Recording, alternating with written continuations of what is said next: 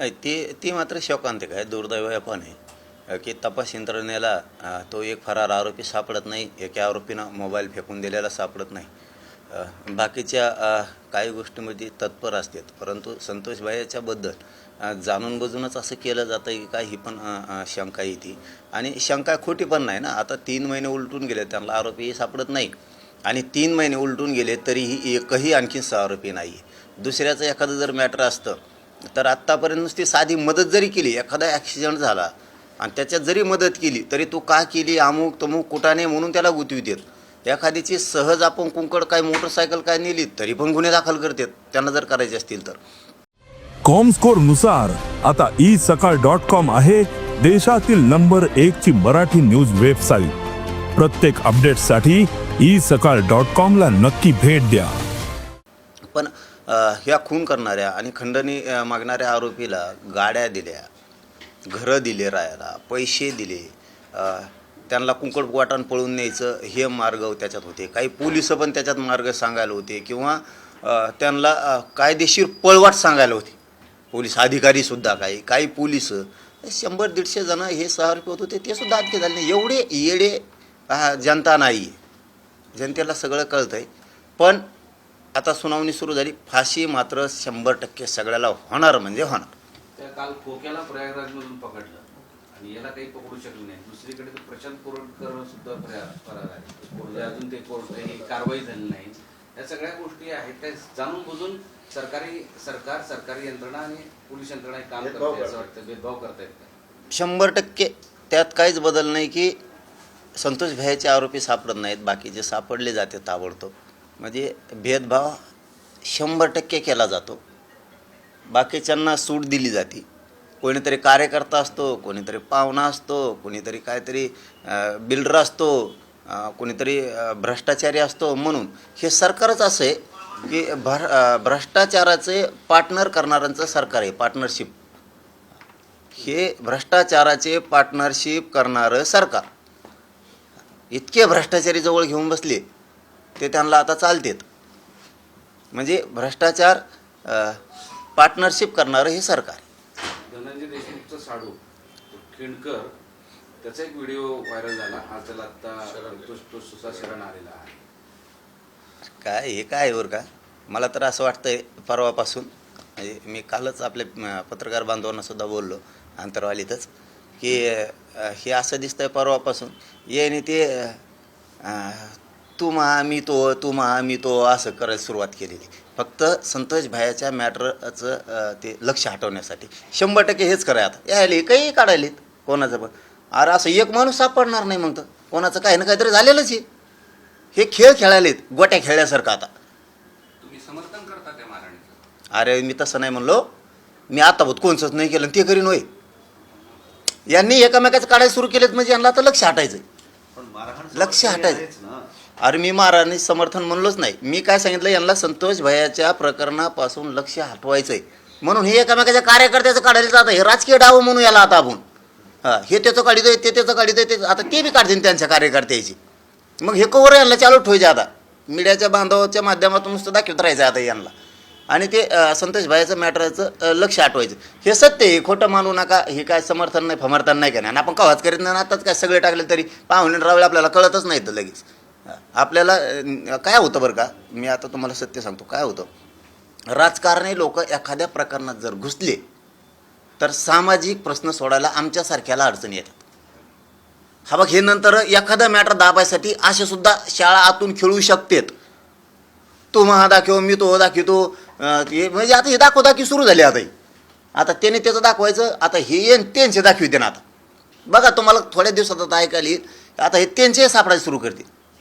म्हणजे हे गोट्या खेळल्यासारखा खेळ आहे आता. काय उद्देश आहे की 2-2, 2.5, 3-3 वर्षापूर्वीच्या क्लिप्स ज्या बाहेर आलेल्या, ज्यांच्यात भांडणं झाले, मारामार झाले, त्यांच्यात पॅचअप बी झालं, ते एकमेकाला बोलता येते, एकमेकाच्या विरोधात तक्रारी पण नाही, पण ते व्हिडिओ काढून आता राजकारण नाही. साहजिकच सगळ्यांना ही गोष्ट कळते आता की हे एवढं मोठं प्रकरण आहे. धनंजय मुंडे 302मध्ये येतोय, 100% पुरवणी जॉबमध्ये येणार. आणखीन 6 आरोपीसुद्धा होणार. नाही आले तर सरकार संशयाच्या भोवऱ्यात जाणार आहे.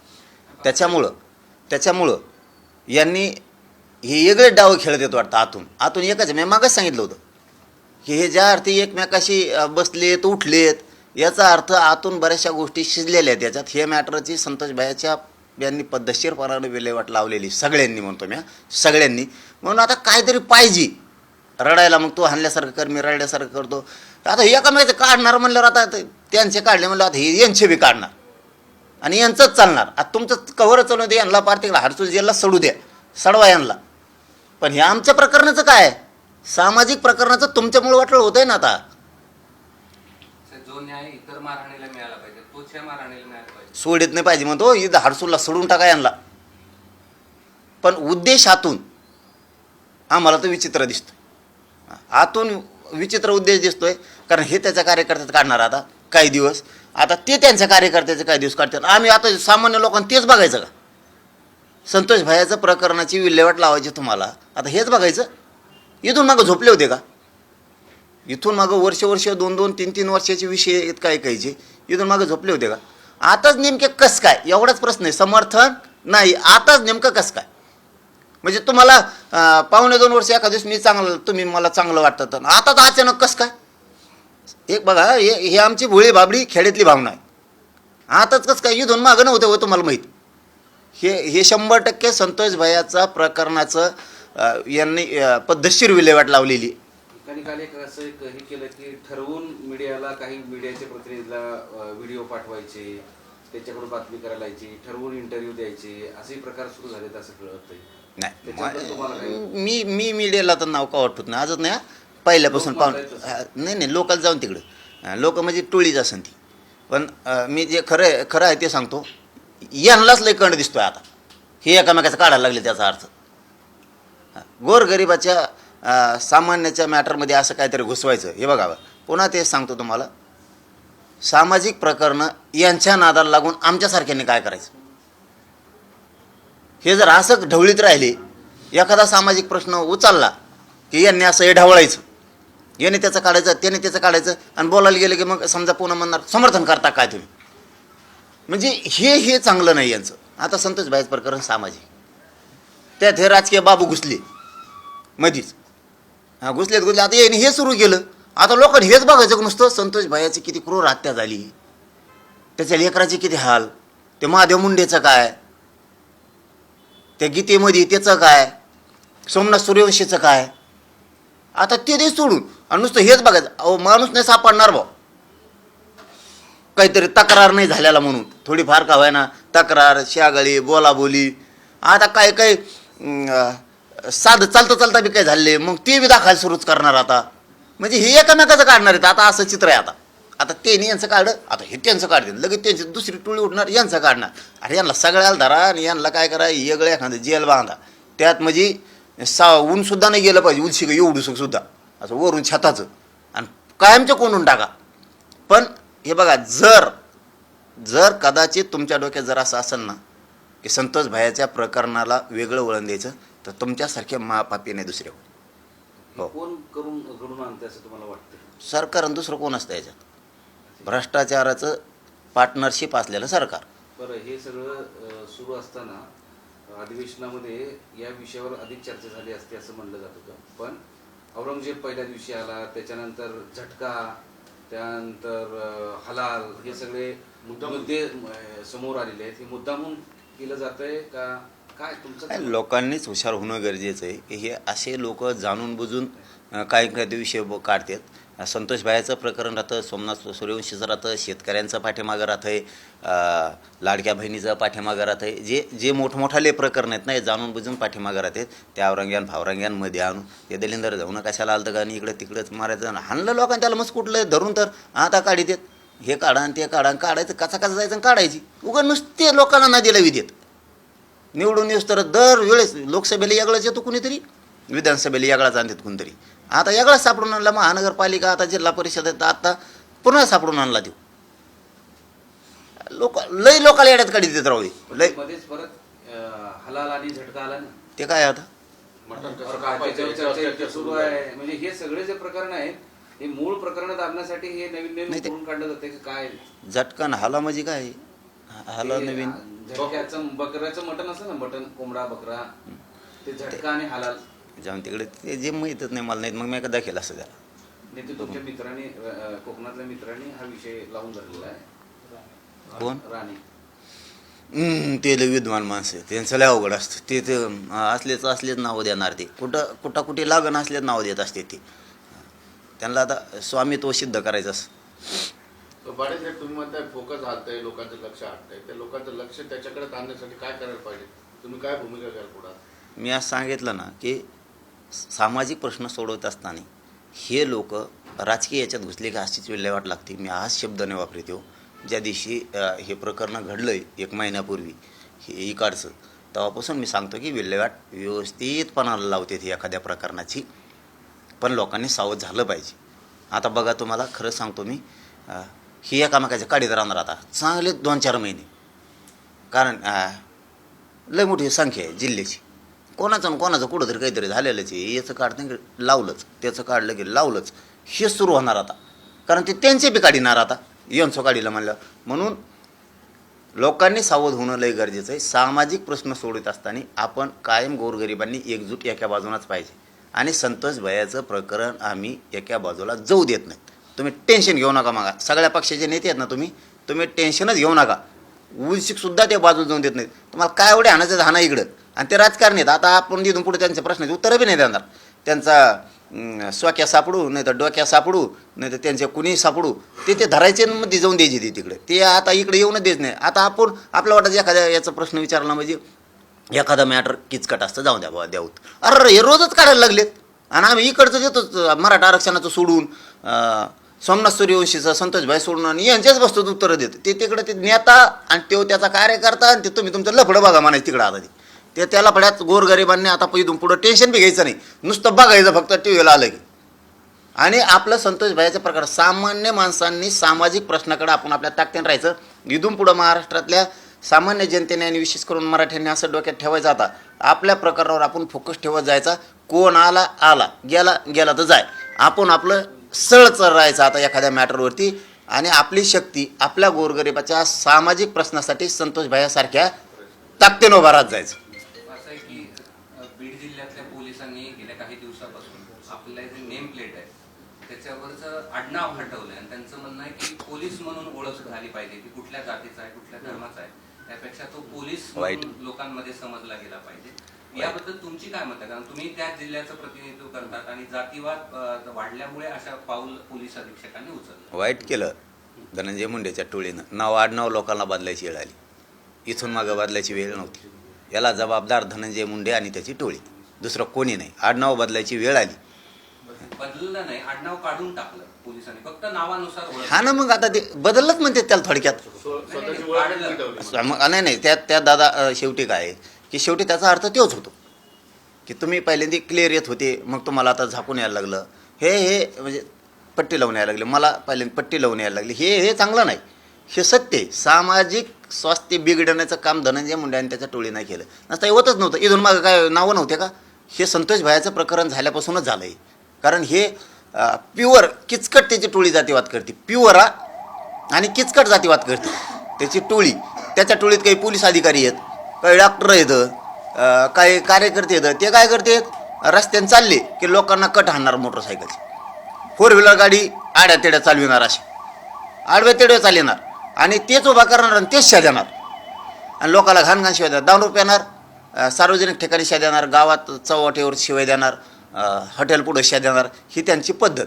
शाळेतले पोरं सुद्धा काढते तो. ते जे चांगलं केलं की वाईट केलं याच्यातनं फायदा नाही वाईट चांगलं नाही, अजिबात चांगला नाही. सामाजिक ओळख सुधारणा होण्यात मदत होणार नाही. नाही आता 8-9 मिटिले मदत झालं होतं, मग तर उद्या म्हणते माणसंच मिटा. ही कोणची पद्धती? तुम्हाला नीट वागावं लागेल. तुम्हाला जातीवाद थोडा कमी करावा लागेल. तुम्ही जातीवादच इतका करतात. तुमच्या माणसं निवडून आली का मग लय चांगली, तुमच्या पडे लगेच वाईट. जातीवाद तुम्ही आरक्षण घेता तेव्हा तुम्हाला गोड लागतं. दुसऱ्यानं मागितलं की लगेच विरोधात मोर्चे काढायची. म्हणजे जातीवादच तुम्हीच करणार, तुम्हीच भाषा करणार. पेटून द्या, हाना, मारा, तोडा, कोयते काढा, तुम्हीच भाषा करणार. मोर्चे आमच्या विरोधात तुम्हीच काढणार. जातीवाद तुम्ही करणार, लोटणार आमच्यावर. म्हणजे हे जे आहे ना, तुम्हाला बदल करावा लागेल. पडत असतो, येत असतो, ही बदल तुम्हालाच करावं लागेल. तुमच्याच हाताने चुकलेलं आहे. तो आरोपीच्या बाजूने मोर्चे नाही काढायचे, रस्ता रोको नाही करायचे, त्यांचं समर्थन नाही करायचं. हे तुम्हालाच करावं लागणार आहे, कारण तुम्हीच करता मग लोक सावध होते. त्यामुळे पुढच्या काळात सामान्य प्रश्नासाठी लोकांनी आपलं एका बाजून राहा. माझं ठासून आणि ठामपणे राज्यातल्या मराठ्यांना सांगणं आहे की इथून पुढच्या काळात हे असेच प्रकरण खेळत राहणार. एखादं प्रकरण जर जिरवायचं असलं तर आपल्या बाजूनं मग कोणीही उभा राहणार नाही. त्याच्यासाठी आपण गोरगरीब गरजवंत मराठ्यांनी एका बाजून उभा राहत जायचं. ही नेता आले काय गेले काय आणि यांचे किती प्रकरण निघले काय आणि काय झाले काय हे त्यांचं ते बघून घेतील. इथून पुढं आपण एका बाजून राहा. जे जातीयवादी पोलीस आहेत तिथे त्याच्यावर अनेकांवर ठपका बसलेला आहे. हे नाव त्यांचं फक्त सिंगल ठेवल्यामुळं ते अधिक वाढेल. त्यांचा आतून जातीवाद का कमी होईल, काय नेमकं त्याच्याबद्दल तुम्हाला वाटतं? ते बघा, ते व्हायलाच नको. कोणाचं आडनाव मिटवायचं आणि मग दुनियात चालायचं म्हणल्यावर मागण्या बदलत चालत्या. लोकांच्या सुद्धा मागण्या बदलत चालत्या. धनंजय मुंडेचे टोळीचा सफाया करा फडणवीस साहेब, हे एकदम बेस्ट. तुम्ही ती मध्ये टाकली की जातीवाद बंद झाला. पाटील साहेब, हे सरळ सरळ दिसतंय की आडनाव लपवून काम करा हा आदेश सरकारने दिलेला आहे. त्याचा अर्थ सरळ सरळ सरकार हातबल झालेलं आहे. बीडमध्ये सरकारला काहीच करता येत नाही. सरकार याच्यामध्ये अपयशी झालं. नाही, हातबल नाही झालं. त्यांना तो गुंडाचा दहशतवाद धनंजय मुंडेचा तसाच ठेवायचा. आडनावं काढा पण त्याला जेलात नाही टाकणार. गोरगरीब नेऊन टाकणार. संतोष भाईचे आरोपी नाही पकडणारे, सूर्यवंशीचे नाही पकडणारे, सोमनाथ सूर्यवंशी यांना तो जातीवाद तसाच ठेवायचा जाणून बुजून सरकारला. म्हणजे हमेशा धुसफूस राहिली पाहिजे. मग जर धनंजय मुंडे वाचतोय त्याचे 100-150 आरोपी होणारे वाचतात. गुंडाची टोळी वाचण्याचं काम सरकार करत आहे. त्यामुळे सरकारने काय करायला पाहिजे की असले चाळे खेळण्यापेक्षा यांना मध्ये टाका ना. आता पुन्हा प्रश्न विचारणार नाही. तेवढ्या त्या जे नेम प्लेट जे आहे त्याच्यावर फक्त नाव आहे त्याच्यावर जरा तुम्ही सविस्तर तुम्हीच जरा सांगा आम्हाला. ते मला वाटतं योग्य नाही. तुम्ही आडनावं मिटू शकत नाहीत कोणाचे आणि मिटू पण नाही. तुम्ही जर आडनावं मिटून असा जातीवाद कमी करायचा प्रयत्न करत असताल तर हे तुमचं सापचूक आहे. तुम्ही कायद्याचं उल्लंघन स्वतः सरकारातून करायला लागला. लोकांना कायदा शिकवता आणि कायद्याचं उल्लंघन करायला लागला. याला एकच पर्याय आहे. धनंजय मुंडेची असणारी टोळी विरोध म्हणून विरोध करत नाही. ती गुंड टोळी सगळीमध्ये टाका तुम्ही, कारण ती टोळी मोठी आहे. त्याला 6 आरोपी करा पोलिसासहित. तुम्ही अशी आडनावं बदलू नका.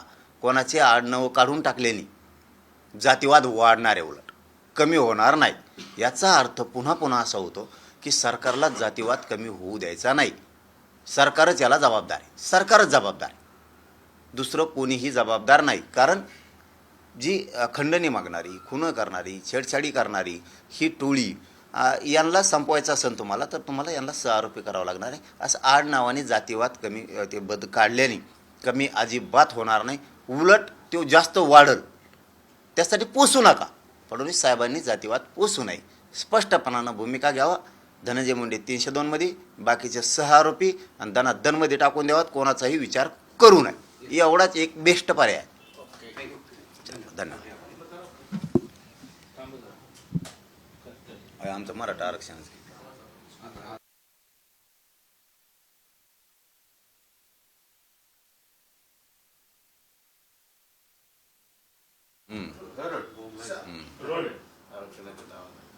मुख्यमंत्री फडणवीस साहेबांना सांगतो दिलेल्या शब्दाप्रमाणे 8 मागण्यापैकी 4 तात्काळ करण्याचं आपण कबूल केलेलं आहे. त्याप्रमाणे हैदराबादचं गॅझेटियर आणि सातारा संस्थान आणि बॉम्बे गव्हर्नमेंटचं तातडीनं याच अधिवेशनात त्याची अंमलबजावणी करा. हे तुम्हाला वारंवार विनंती करतो आणि अधिवेशनापर्यंत संपेपर्यंत मी विनंती करत राहणार आहे. मराठा समाजाच्या 7 करोड मराठ्यांच्या वतीनं शिंदे साहेबाच्या समितीला मुदतवाढ दिली, परंतु शिंदे समिती काम करत नाही कारण आम्हाला दिसतही नाही.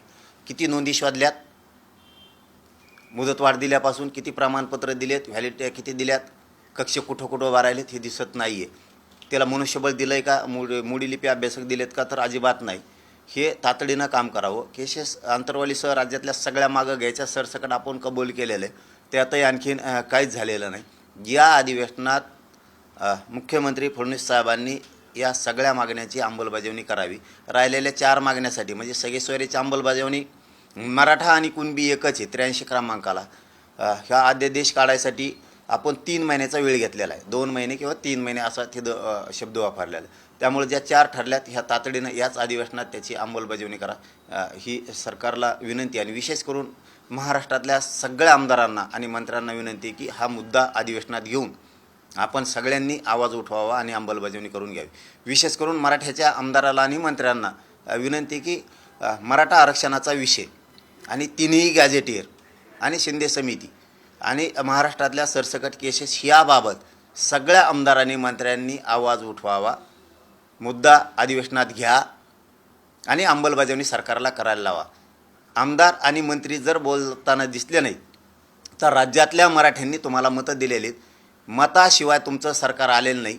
फडणवीस साहेबांचं सरकार मराठ्यांनी आणलेलं आहे. मराठ्यांच्या मताशिवाय या राज्यात कोणाचीही सत्ता येऊ शकत नाही.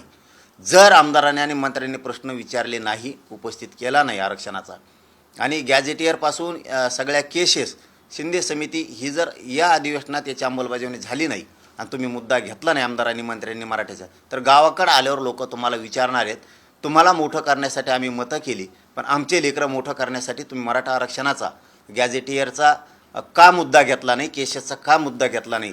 तुमचे लेकरं मोठे आम्ही केले, आमचे लेकरं आमदार आणि मंत्री तुम्हाला मोठे होऊ वाटत नाहीत का, हे प्रश्न तुम्हाला विचारले जाणार आहेत. त्यामुळं सगळ्यांना विनंती, आमदार आणि मंत्र्यांना, मराठा आरक्षणाचा मुद्दा लावून धरा. नसता तुम्हाला सुद्धा मराठ्यांच्या रोषाला सामोरं अधिवेशन संपल्याच्या नंतर जावं लागणार. धन्यवाद. नाही, तुम्ही आता म्हटले की मुद्दा लावून धरत नाही, मात्र दुसरीकडे एक आमदारांनी आरोप केला की विधानसभेत प्रश्न लावण्यासाठी एजंटकडून पैशांचा व्यवहार सुरू आहे, जे मुद्दे उचलण्यासाठी. मला ते आतलं माहिती नाही त्यांचं काय आहे ते, पण पुण्याच्या तुमच्या प्रश्नाला धरून सांगतो की हैदराबादचं गॅझेटियर, सातारा संस्थांचं आणि बॉम्बे गव्हर्नमेंटचं गॅझेटियर, महाराष्ट्रातल्या अंतरवाली सरसकट केसेस शिंदे समिती याच्या 4ची अंमलबजावणी करायची ठरली. ती तातडीनं मराठा आमदारांनी आणि मंत्र्यांनी लावून धरून करावी. तुमचे लेकरं आणि तुमचा सन्मान वाढायसाठी मराठ्यांनी तुमच्या डोक्यावर गुलाल टाकलेला आहे. तुम्ही जर मराठ्यांच्या पोराला आरक्षण मिळू दिलं नाही तर मग मात्र तुम्हाला मराठ्यांच्या रोषाला, आमदाराला आणि मंत्र्याला सामोरं जावं लागणार आहे. लोक गोरगरीब तुम्हाला प्रश्न विचारणार आहेत. तुमच्यावर गुलाल आम्ही टाकला, तुमचा सन्मान वाढेला, आमच्या लेकराला आरक्षण लागतंय, अधिकारी आणि शिक्षणात जाण्यासाठी तुम्ही का प्रश्न विचारला नाही याच्यावर ठासून तुमच्या मागं मराठे लागणार आहेत. मुद्दा घेऊन अंमलबजावणीसाठी सगळ्या आमदार मंत्र्यांनी याच अधिवेशनात आवाज उठवावा ही विनंती. धन्यवाद. देश विदेशातील प्रत्येक घडामोडींचे लाईव्ह अपडेट मिळवण्यासाठी आता साम टीव्हीच्या सर्व सोशल मीडिया प्लॅटफॉर्मला लाईक, फॉलो आणि सबस्क्राईब करा. तसंच सर्व नोटिफिकेशनसाठी बेल आयकॉन प्रेस करायला विसरू नका.